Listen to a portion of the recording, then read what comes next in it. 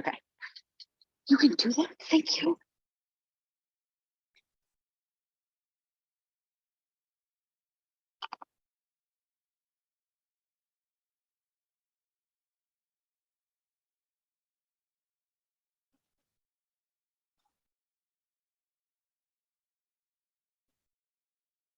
Thank you so much for March 8th of 2020. So we are so happy to welcome both of the authors and all of you here supporting our store from our house, etc. I just want to remind everyone as venture back into live events, we will also there or on our YouTube channel. Let's see. Next week we have a virtual event for Jonathan Francis Crossroads that is Zoom only. You need to purchase the book in order that's your ticket. And then on Thursday here in the store, we're going to have Easy Crafts for the Insane by Kelly Williams Brown, author of Adulting. So a little bit about our authors. This is an Arlee now. Abe Streep is a journalist based in New Mexico, a contributing editor at Outside, and a contributing writer at the California Sunday Magazine. He has also written for the New York Times Magazine, Harper's, Wired, The Atavist, The New Republic, and other publications. He has reported on high school basketball in Montana, which is why we're here, minor league baseball in New Mexico, refugee resettlement, coal miners in Wyoming, rodeo conflicts over America's public lands, and emergency medicine along with the US-Mexico border. His writing has been noted with Best American Essays, Best American Sports Writing, and Best American Science and Leadership Writing. He is a recipient of the 2019 American Mosaic Journals Prize for reporting on underrepresented communities. Joining him tonight is Oregon's own Sierra Crane Murdoch. Is a writer whose work concerns communities in the American West, particularly those headed to natural resource extraction.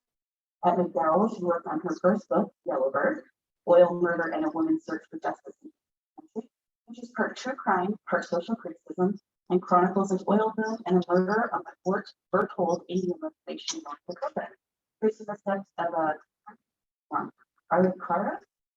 Rikra woman, Lissa Yellowbird, as she searches for a young white oil worker who went missing from the reservation. Yellowbird was a finalist for the Pulitzer Prize and won an Oregon Book Award. And as I said, she lives in Hood River. I'm going to turn over to them to give them a warm round of applause.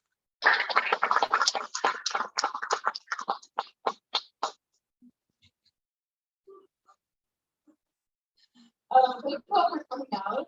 It is a really big honor to be here with you. Abe, I just wanted to say first, we went to the same college. I was 5 years into high school, and when you're coming up through school, often you look ahead to the people who are doing the things you want to do, and just really admire them to do that sort of like their leadership. And Abe's story, 19 story, is admired for a really long time, and then eventually connected around going through a very similar process with being white people writing about in communities largely. And that's a very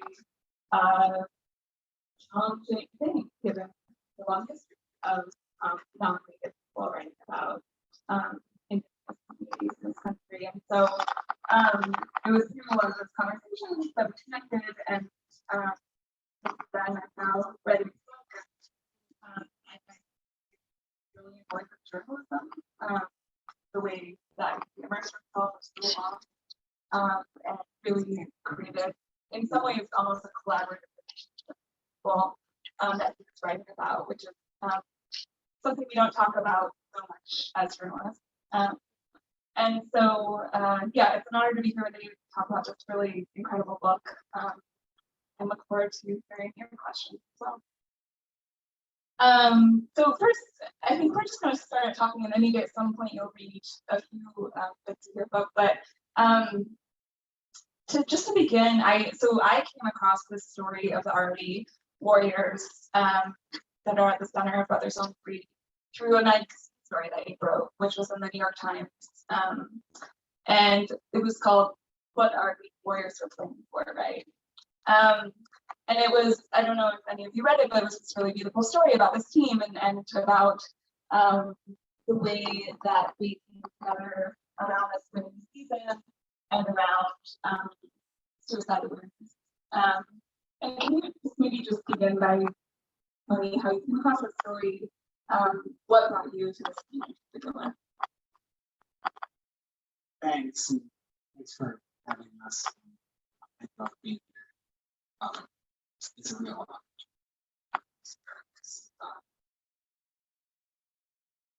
Territory.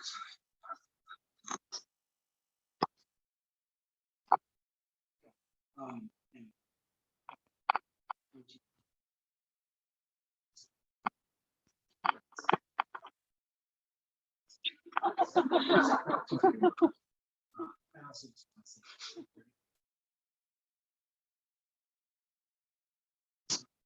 so yeah, so this is a story about the Arlee Warriors.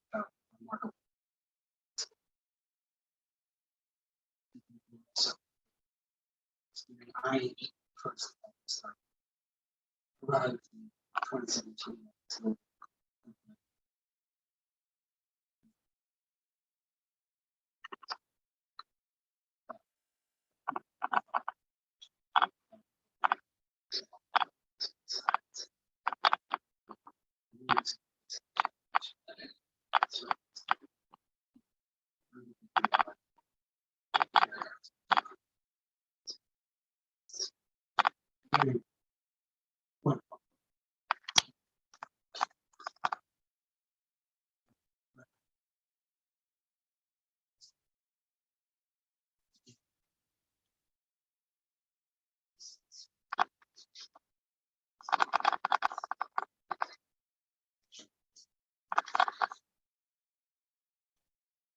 And at some point, I mean, so that story was largely about this team coming together, I mean, around just being incredibly talented basketball players, right?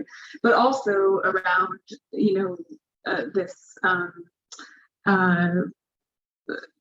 this tragedy, right? That like some members of their community were being affected by suicide. Some members of their community were dying. Some of them were, struggling with depression. And this team kind of came around this campaign to sort of lift each other in their own community up.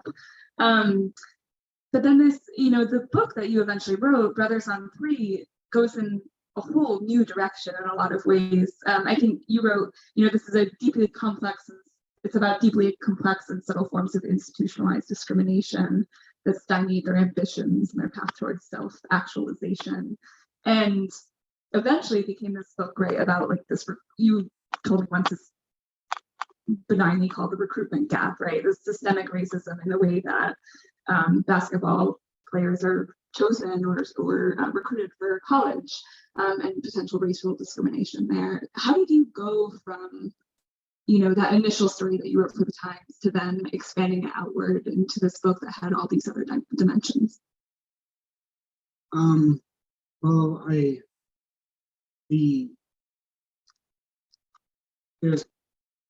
so there's part of that article in the Times Magazine covered in a briefer way that there's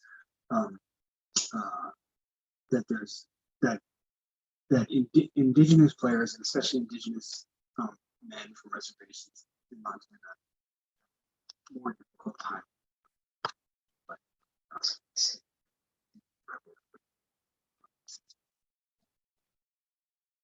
and so after the article that I wrote published, which was really which, as you know, there was what was happening then was this truly triumphant team. The Warriors, the Arlee Warriors in that 2017-2018 season, they would regularly win by 7 points. They never lost their game. So Jordan. And then at the same time, they use their platform to discuss serious issues that were going on. TV.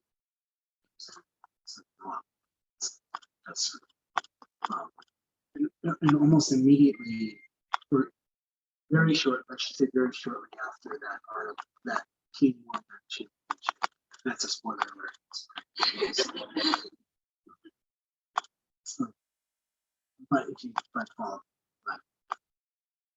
you know, everybody should know it. But very shortly after that, some of those issues. There were two senior captains on that team, Will Mesteth Jr. and Phillip Malatare, and their college prospects got really cool. Yeah. So it was almost like some of these, and what was the forms that this can take are not universal and are like different. But it sort of happened in real time too. That was also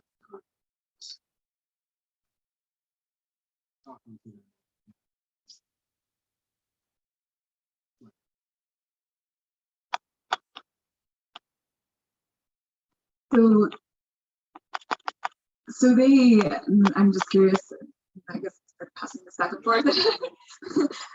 But I know a little bit from me. I don't think you're more important here.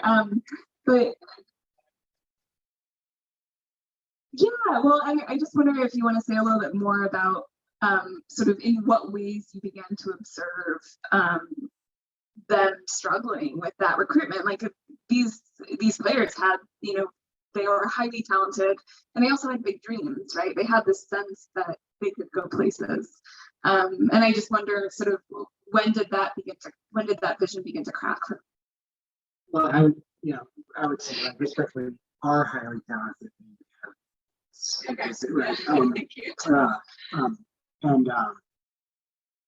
And yeah, so Phil had been recruited to play at the University of Montana.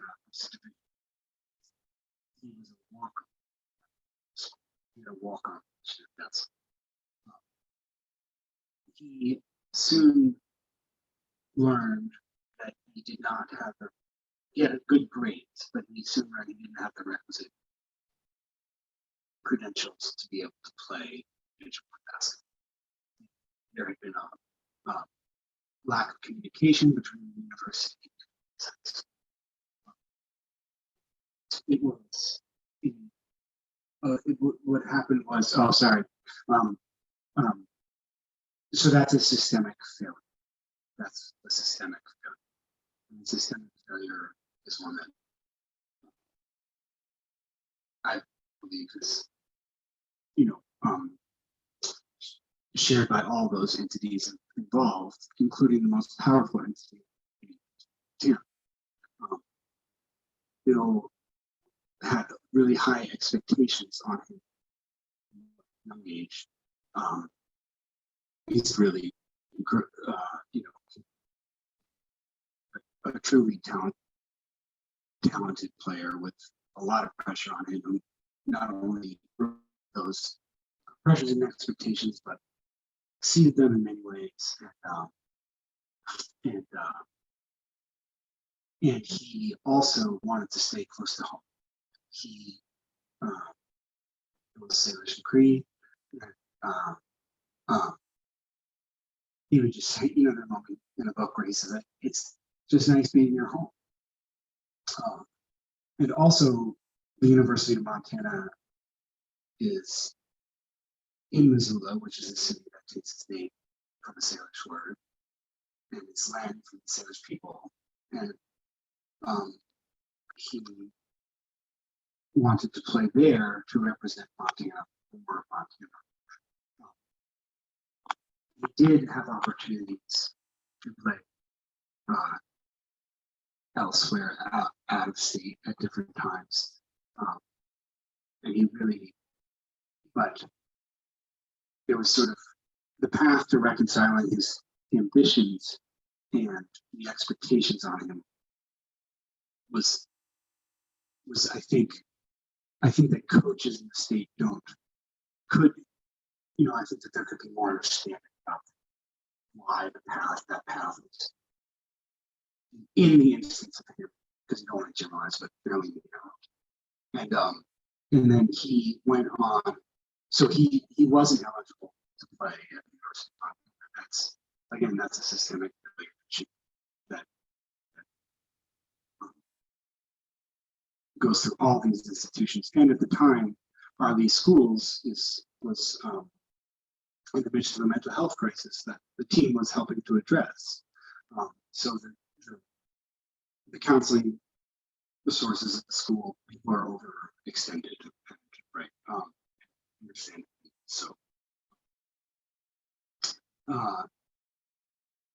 So Phil went to North Idaho College. I really went to play on a terrific team for 2 years.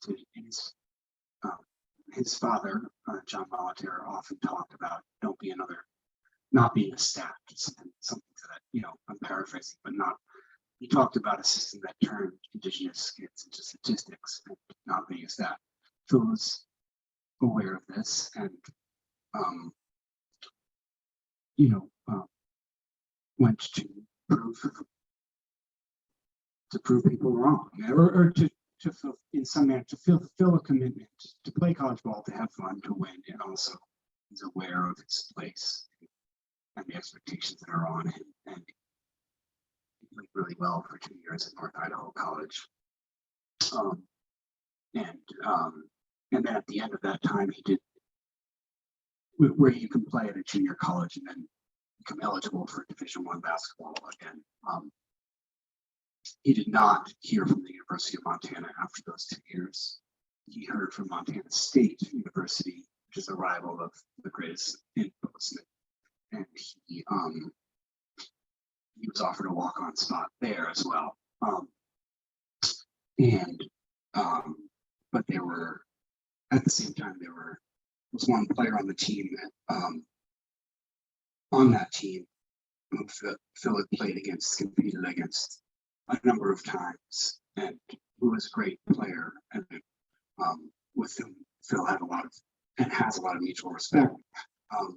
And that player was on a full scholarship there. And as was another incoming player whose Phil had beat. So that's one form, and there's some spoiler alerts in there. I'm sorry about that. And then in Will Mesteth Jr.'s case, he did not receive. He received one walk-on redshirt offer after his senior year to play, and he one of the college coaches in the state had said that to me, that at that time he was one of the 5 best players in his division in the state, and those other players, Phil included, are receiving college offers, but Will really wasn't. So these things happen sort of in real time, and part of what was really amazing to me was seeing them encounter and come through and overcome these obstacles in their own ways, over and over and over and over and over and over again. Continue.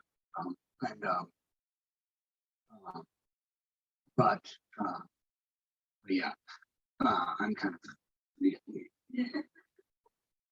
Yeah, I mean, I'll just ask one more question about this. Is that I'm an investigative journalist also in my work, and I think probably one commonality between our books, right, is that we're telling these investigative stories, but that are highly personal, right, inside of these people's lives, and so you're moving between the sort of more atmospheric details or the more emotional details in someone's experience, and then also trying to sort of show the systemic breakdown. And so I want to ask you soon about moving between those two parts of your book. But first, I mean, on the investigative piece, right? I found reading your book so interesting because you did this thing so well, which is, I think, really hard, to employ investigative journalism to show where that systemic racism exists, right? To show sort of where those power structures are, to show where that system breaks down and does not serve, these players. I think that's really hard to do because systemic racism tends to be so subtle, like that's why it persists, because it can be so easily dismissed, it can be so easily ignored. And so I just wondered how you navigated that in your process as a journalist. Were there points when you felt, I just need to find more to sort of prove this? Were there, certain, rabbit holes you went down that didn't pan out? I'm just curious about your process of trying to sort of show this thing that you very clearly observed yourself and saw playing out in these players' lives.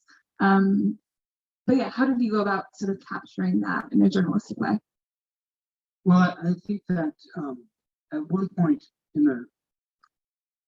when I was reporting the magazine article, Donnie Wetzel Jr., who's Blackfeet, who is the co-founder of the Montana Indian Athletic Hall of Fame, and was on the board of the Montana, at the time on the board of the Montana High School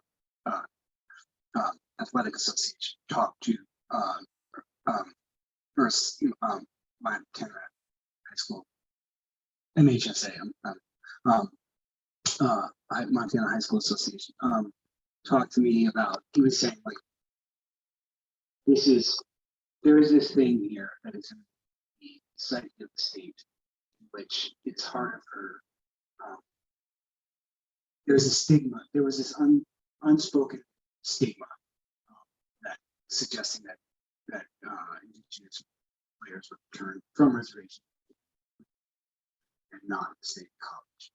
This was something that this was Abe Weitzel, the superintendent of one of the schools, and also a father of a really talented, wonderful player, Greg Weitzel, talked about, and the coaches also backed up. Like, people were saying it's harder for these kids to get recruited, and there's not a coach. States can tell you that. There were a couple coaches who kind of acknowledged that it's there. There's also a moment in the book where a prominent coach in the state, I try to find it. Asking about.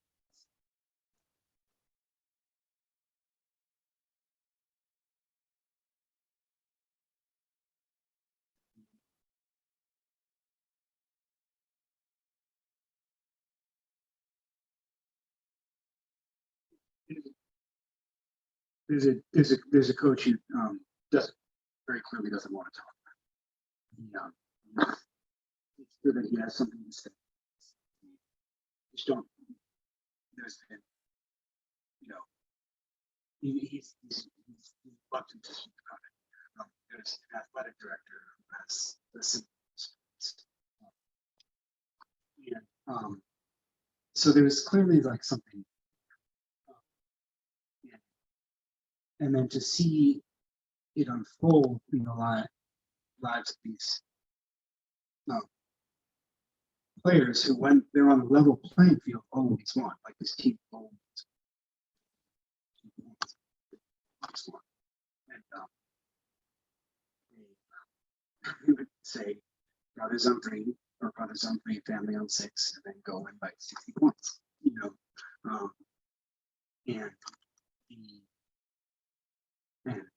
And it wasn't just Will and Phil, also Greg Weitzel. His college offers were really scarce during his senior year, but it was actually somewhere like 20. Isaac Fisher was 6'9".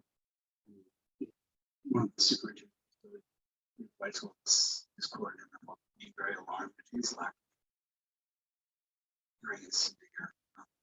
College offers early in the year. Johnson. The team played a really cooperative style of basketball. That in which there's a point in the season, 2017-2018 season, during which Bill kind of just kind of went off and scored 48 points in the game. He had 48 points, 16 rebounds, and 9 assists. And which for the uninitiated basketball is kind of crazy. And so a number of sports reporters come after the game, Phil got reached out to by 2 college programs, including the University of Montana. We really want them. So that's his dream. It also caused tension within the team because Bill wanted the ball and Greg wanted the ball, and like all the guys want the ball because they're ball players and they're really good.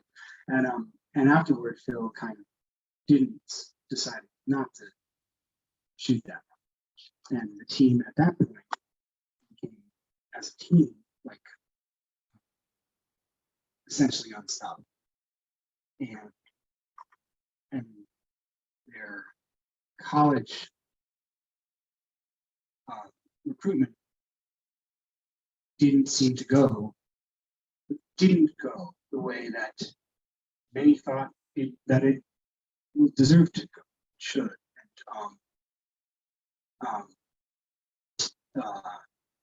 So it was a very complex thing, and I think that you can't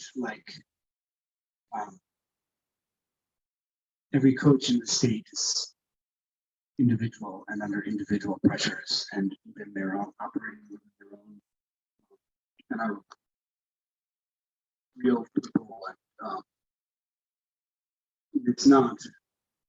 So you're wise not to generalize, but what happened was just it was there, and it was what happened. And so I tried to write about it in this way. I think that maybe I'll read a brief passage before I do that. I'll just say, like, Donnie Wetzel Jr. and I talked a lot about this, continued thought about it far more than I have. And he said just these are, would say, the things that were shared with me, which is what I share in this story, are that just hire Indigenous coaches, recruit multiple kids at once, so that he at one point talked about a coach saying that he was 0 for 12 to Donnie, getting Indigenous boys to come to play for him at states. Whose fault is that? Right? Why?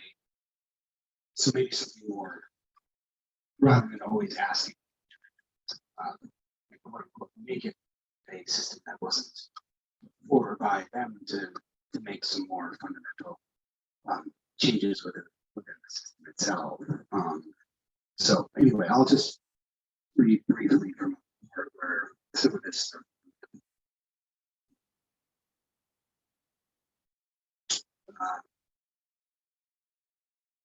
This is right after their second state championship. Will decided to delay his surgery until after the postseason tournaments. They just won the state championship. Will and Phil and Isaac Fisher were very ill while when they ill enough that they were occasionally throwing up. Phil was getting IVs during the games or before the games, and Will has a kid and walking the point. So Will decided to delay his surgery until after the postseason tournament in hopes of getting into college. Along with Phil, he went to the Highline Invitational Tournament on the team representing Class C, where they played with Caleb Bellich, a terrific player who they competed against in the state championship. The team won the championship, beating the best players from both Class A and AA. Together, the Cousins forced 4 consecutive turnovers in the fourth quarter of the championship game, a victory against the Class AA team. Will led all scorers in the final with 31 points while playing with a kidney stone.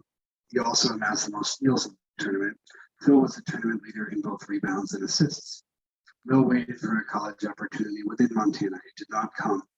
Zanin, the Warriors head coach, suspected his braid had something to do with that, but he allowed. Will was an undersized shooting guard who needed to work on his right-hand dribbling, an area of relative weakness that was acknowledged even in Haynesville.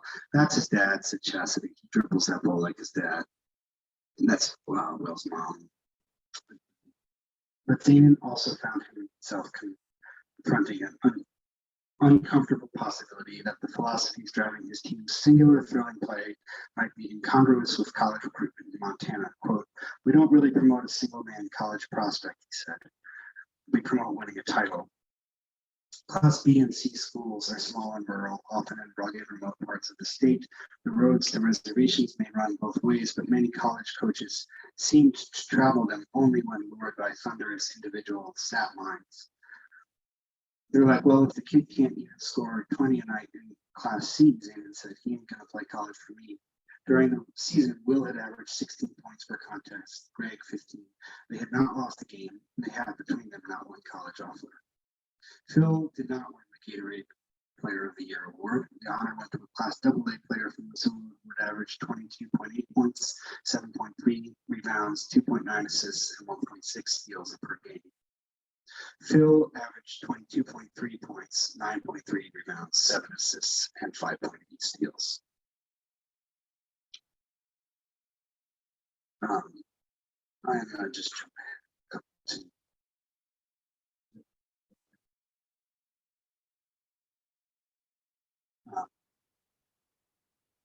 earlier in the spring, Montana State.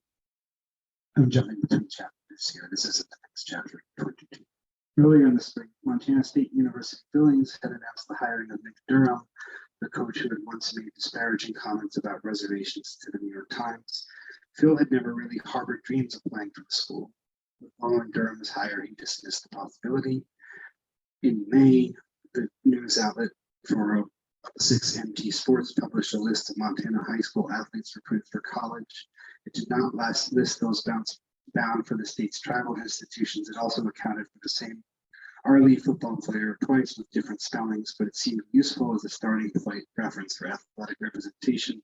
By June, the list contained 427 names, 260 of them attending in-state schools. Of those, according to 406 MT Sports, 50 had been recruited to play basketball. Those, according to Don Wetzel Jr., who oversaw youth initiatives in Indian country for the state's Office of Public Instruction, 4 were tribal, and those, just one was male, a young man who had also been recruited as a record-setting javelin thrower. Quote, "There's this undercurrent of this is how it is, and this is how it's always going to be," Wetzel Jr. told me. Thank you. I feel like that's actually a good transition to talking about kind of the different parts of your book, right? We've been talking a lot about the investigative element, sort of the context around this team's story, you know, who was looking at them, what were these schools that they were trying to reach. You interviewed a lot of people at those schools, you interviewed guidance counselors, you interviewed everyone sort of involved in that process of kind of failing to get these players noticed or to actually get them into these positions that they'd wanted to be in. But then you also go really deeply into their lives. You spent a lot of time with them. And I just wondered if you wanted to talk a little bit about how you sort of brought those different forms of reporting and then ultimately writing into one work, right? Because those forms, you've described it as having sort of like, you know, the TikTok writing, right? The story of the games, the story of, you know, time passing, events passing, but then merging that with, you have a lot of really beautiful, more atmospheric writing within these boys' lives. They're going hunting, they're going up into the mountains. Maybe just talk about your process a little bit. Yeah, I think that I was doing something that I was very aware of in your book. Stuff like that.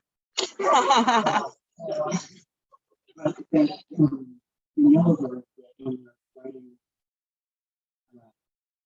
this is life and personal experience in this way. And also the history of the place that the reservation that if there's a there's sort of a chronological fluid to it in some way. And then when you are in the crime narrative and the investigative part about sort of propulsive, she's figuring out this true crime story. The pace in some manner, like it feels more taut and it speeds up. I think that's fair. And, and in it just being there, I was just blessed and privileged to be welcome at where I was welcome to be.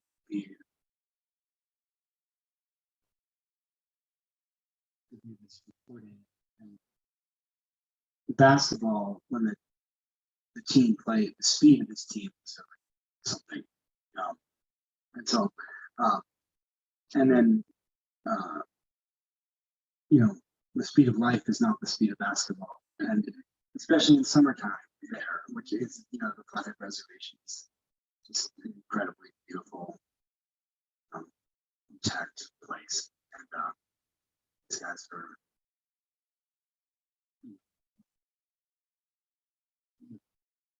fishing and hunting and living or going to Missoula for sushi and just living life. These teams. And so I was just aware of that, the pace that I wanted the pace to feel different when the ball went up. For me, it's heartbeat race. Something. So, but I think that language is something that tries to reflect real life. So. Yeah, I love that. The game, it's true, like the game became the tool in a sense. I mean, you don't have to even, it doesn't feel like you're like, okay, now we're gonna speed this up. It just you're in another game, you're in another sort of riveting scene, you're wondering what's going to become of this play or that play, and how they're gonna do, because they came in with kidney stones. But yeah, it's very engaging. You also chose to put yourself in the book, and we have talked about this. This is one of the conversations we've had fairly frequently. I just put myself in the book. I wonder, first of all, why did you choose that? Because it felt more honest. Yeah, and I'm not in the first quarter of the book. There's 4 parts of the book. I'm not in the first part of it, and but partly because there were conversations that were and moments that I thought belonged in the story. It's from a whole team that it just wouldn't make sense if something was kind of talking to the air, like I was, and also partly because journalism doesn't exist in a vacuum. The story was part of a lot of attention that the team received that had. Right. Yeah. I mean, part of that honesty has to do with your whiteness, right? Like you write in your author's note, I thought a lot about, just the world in 2018 really needed another white guy writing about an indigenous community, which is a legitimate question. And and I made this choice too, like by putting yourself in the book, it's almost like you're giving your readers, whoever they are, whatever their background is, permission to sort of judge you, and say, this is, okay, this is your point of view. This is how you're seeing this story. This is what this person has decided to tell you. But also, as you said, it's honest in part because you're affecting the story, right? Like we don't exist in a vacuum. Like as much as journalists would maybe like to pretend, right, that we're sort of on the outside of these stories, objectively observing them, not participating in them. Sometimes we are affecting the people who are sharing their stories with us, and they're affecting us too. And so I wondered, and you actually become part of the story in a big way. At one point, you published the New York Times article, and all of a sudden, this team is just the center of attention in a lot of ways. Will you talk a little bit about that process, what that was like? And I'm also curious if your relationship with a lot of the young men in the book changed after that point. Well, that's a lot of questions. I Yeah, I think that, you know, the way you put it is, to me, sounds right. Journalism and storytelling has effect, and it also has.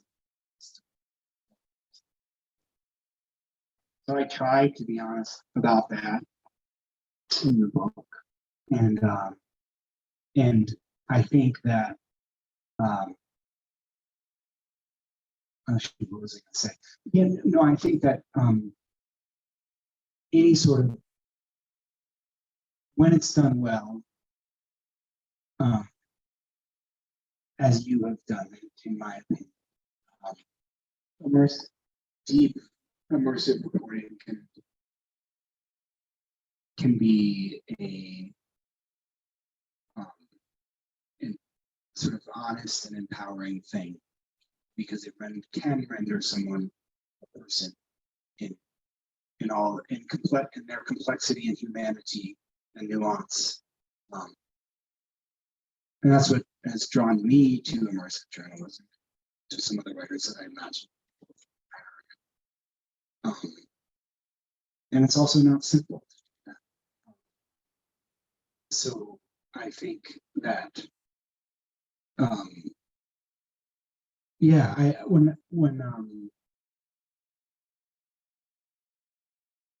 what was the second part of your question? Oh no, this is what I want to say, is that there was, there's an aspect in the book in which I write about opinions that have been shared with me about representation, representation within the press. There is a person who is disappointed in an article in the Missoulian about the championship that emphasized the age of the team's bus. There are numerous examples of people being frustrated with representation, press representation. So I try to address that and to honestly share what was shared with me, but to pretend that you or I are not also engaging in the project of representation is not true. We are, and it has an impact. And so I tried to write honestly about that as best I could, and how you do your best, and how it is judged is not up to you as a journalist. But like Greg Weitzel, basketball being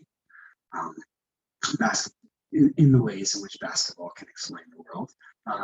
Greg Weitzel at one point says, he's talking about his being on the court, and he's saying, and I'm paraphrasing the precise quote is in the book, but he's saying,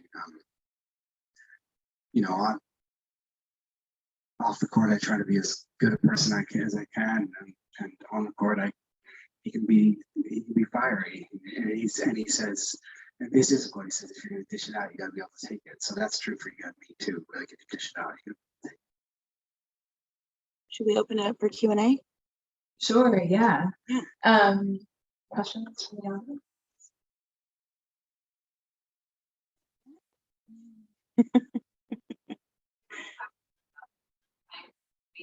Oh, yeah. Yeah, the follow-up was, did your relationship change with them at all after that? There's, I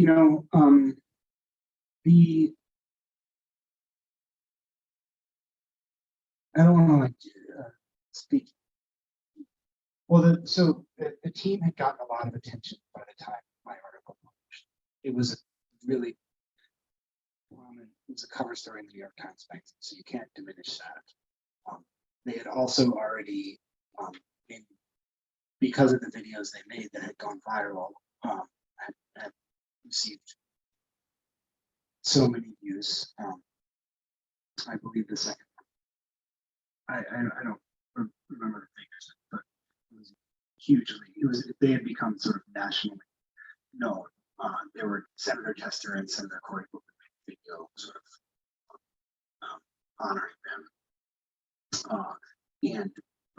and then my article published, and that also, that brought a lot more attention. At that point, there was a direct result of that was that Nike reached out to see if their coach had started a nonprofit that continues to this day called focused on mental health, suicide prevention. And Nike reached out as a result of my article, and the kids, the players were, and the boys and the girls team were invited to go to Nike. And then there became this ongoing relationship with the teams, in which Nike donated jerseys to the school, and shoes, and eventually made a video featuring a couple of players. So there was that was a direct result. Another thing was that immediately, like in the article, John Malatare was talking about he felt immediately after the article came out was right when everyone discovered that Phil could play for the Grizz. John talked to me. We talked about this shortly afterward. And he talked about how difficult that was. That he was in the New York Times talking about the system, and then it's happening in real time with his son. And what was amazing to me was that our conversations, his mind, and Phil's mind, and Phil's Greg's mind, did not change. Just like, yeah, and I was just, in my opinion, maybe I don't speak for anyone in our league, and I don't speak for them. So their opinions might be different, but not from where I sat. I didn't feel like that changed. There was like it's really honorable.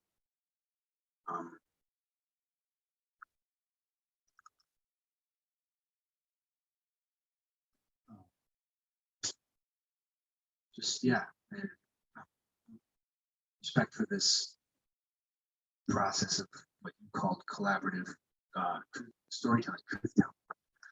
We're here to tell the truth. That's how it felt to me, at least.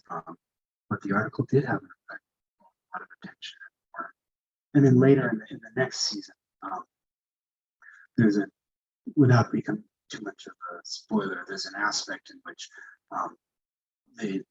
some people within the community shared opinions with me that they felt that some of the mounting tension was having impacts because these are young guys, right?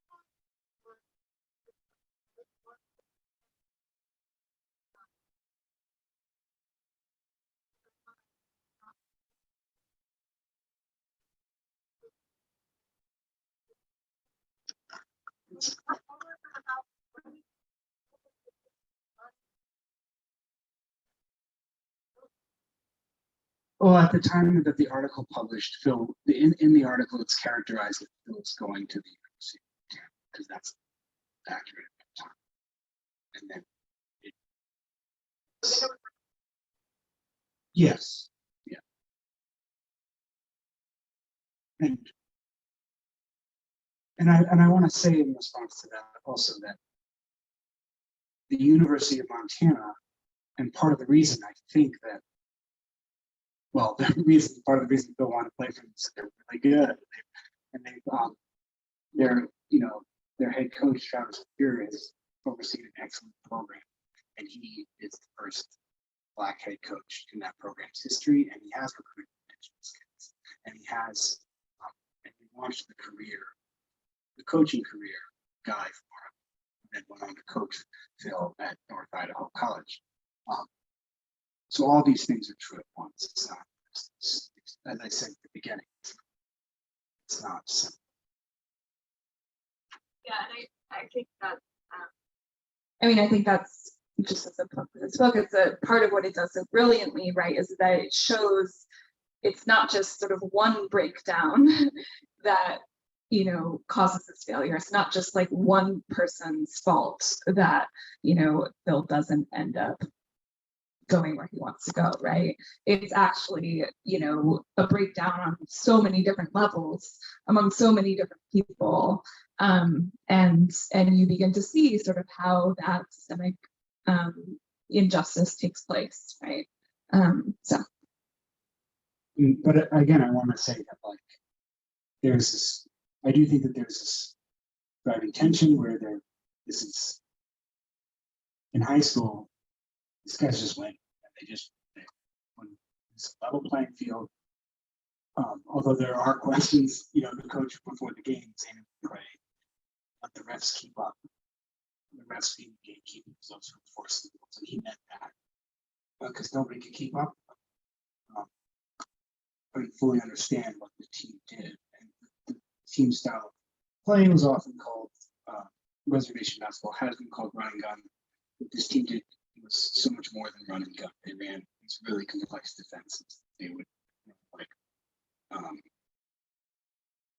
they would on a number. And my dad was a high school basketball coach, and a couple times I asked them to sort of break down how the defenses worked and it took me a really long time to be close to being involved. It's really complicated, and they would run all these multiple sets, defensive sets in one possession, and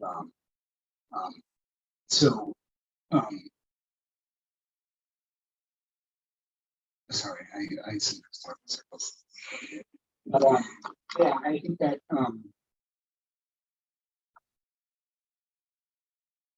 where are we going with this? how you see the breakdown happen. Yeah. So you see it happening, and what I think is amazing is that, right? So like this team, when it was a mostly level playing field, always won by a lot, even when there are kidney stones and IVs involved. And then once some of the societal structures around start to rear their heads, that gets a lot more complicated. Everyone has to figure out their own route forward. And what I think I take is such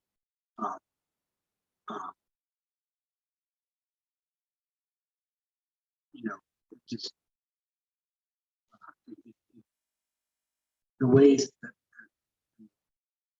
steadfastness and courage these guys keep going through those obstacles and just keep going. It's just something that I think that is deeply admirable. Everybody gets up against something because we're all up against something. Some more than others, maybe some a lot more than others. But that we can do something to be learned from, because something I try to examine in the book is this question of what does it mean to make it? It's often been framed in terms of basketball that,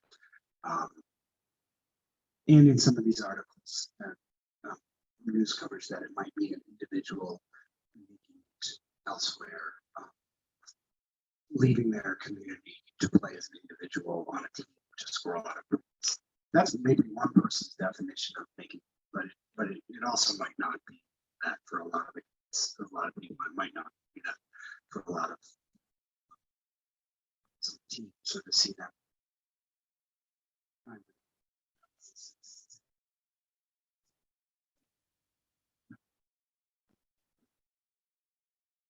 I think we have time for one more. Yeah.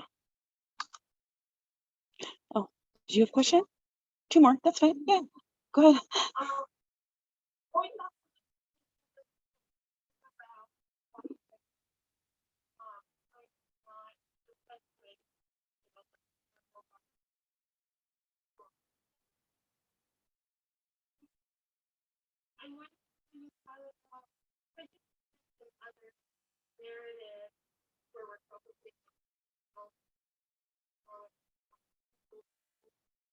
They can almost be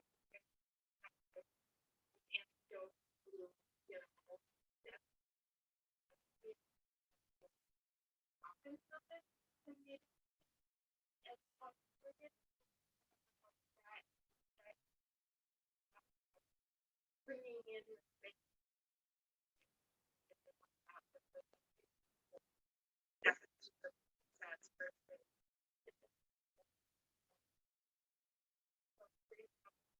how you thought about that. Yeah, I mean, I guess I would just say that I thought about that a lot, tried to grapple with it. It's something that is at the very, I think, at the core of the story that was shared with me.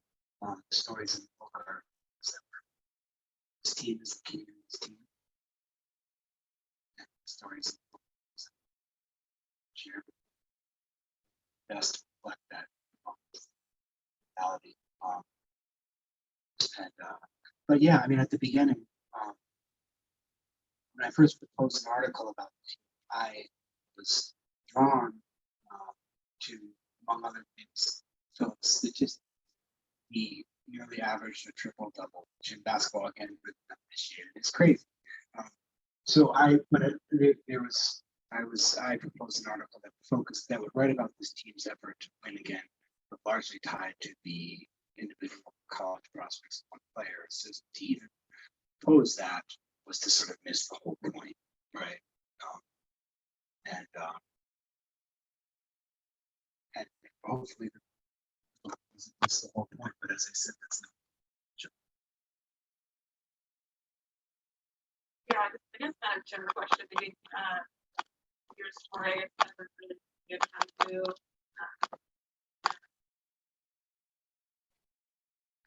but also I appreciate the feedback.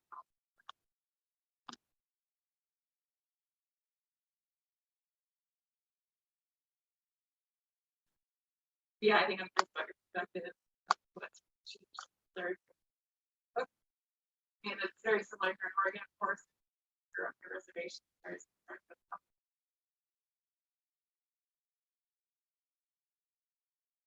And then just another question.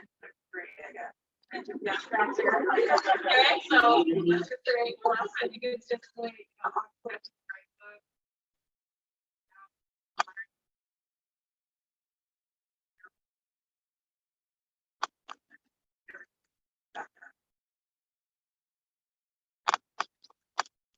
right?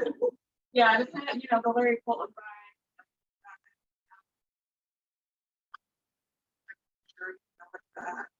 from your lens.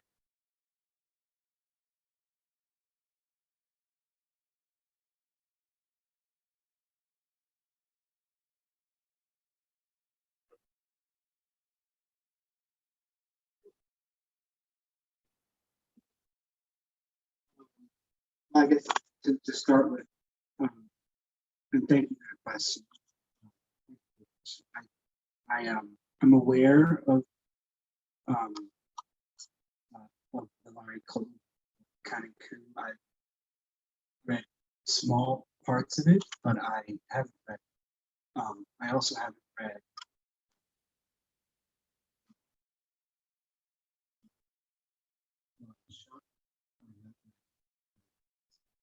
And part of that is just some writers are maybe really good at taking a lot thinking about it, and having it not influence them. And I'm not one of those. So those are individual choices. I'm aware of some of the reaction to Counting Coup, and I read some of that, thought deeply about that before doing this. I also think that just as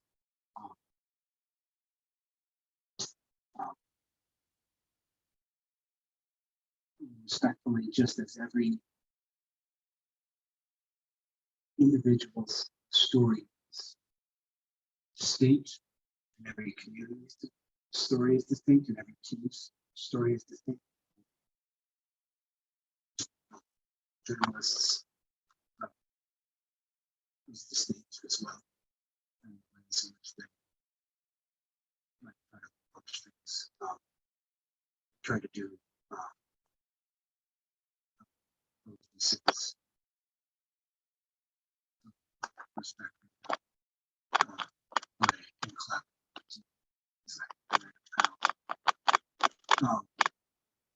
as far as what I've learned, I agree with a lot more time. But as far as what I know, very, very,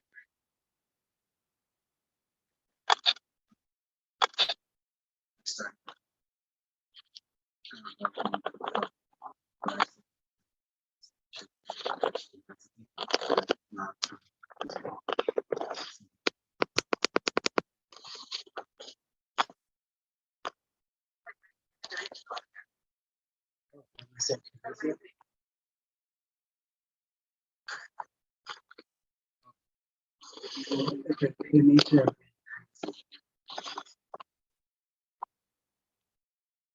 But I also think you also asked what's changed.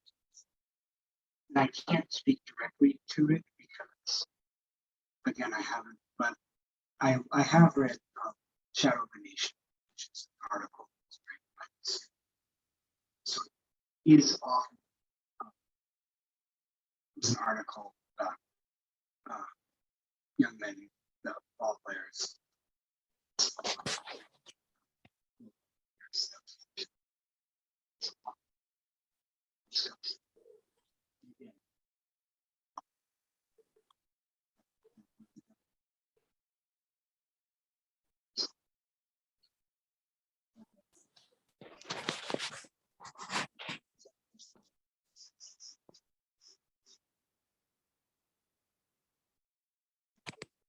Something I do want to say is that these guys like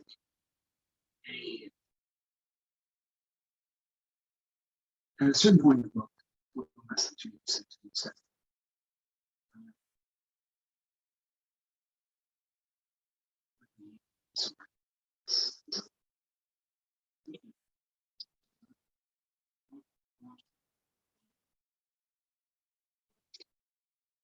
so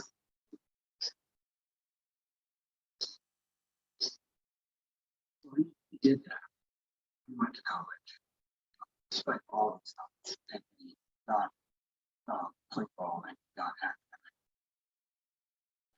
honors. So that sounds to me that and Phil played for 2 years on the team that started along with another cousin, Tyler Tanner, that Richard played a very high number of starting players who went to play at Florida State and the University of Washington, and then he eventually came home and did really good work on the national bison. So Lane Johnson went and played for 2 years. Started there. And the other guys are in construction. So I don't know if that's an answer to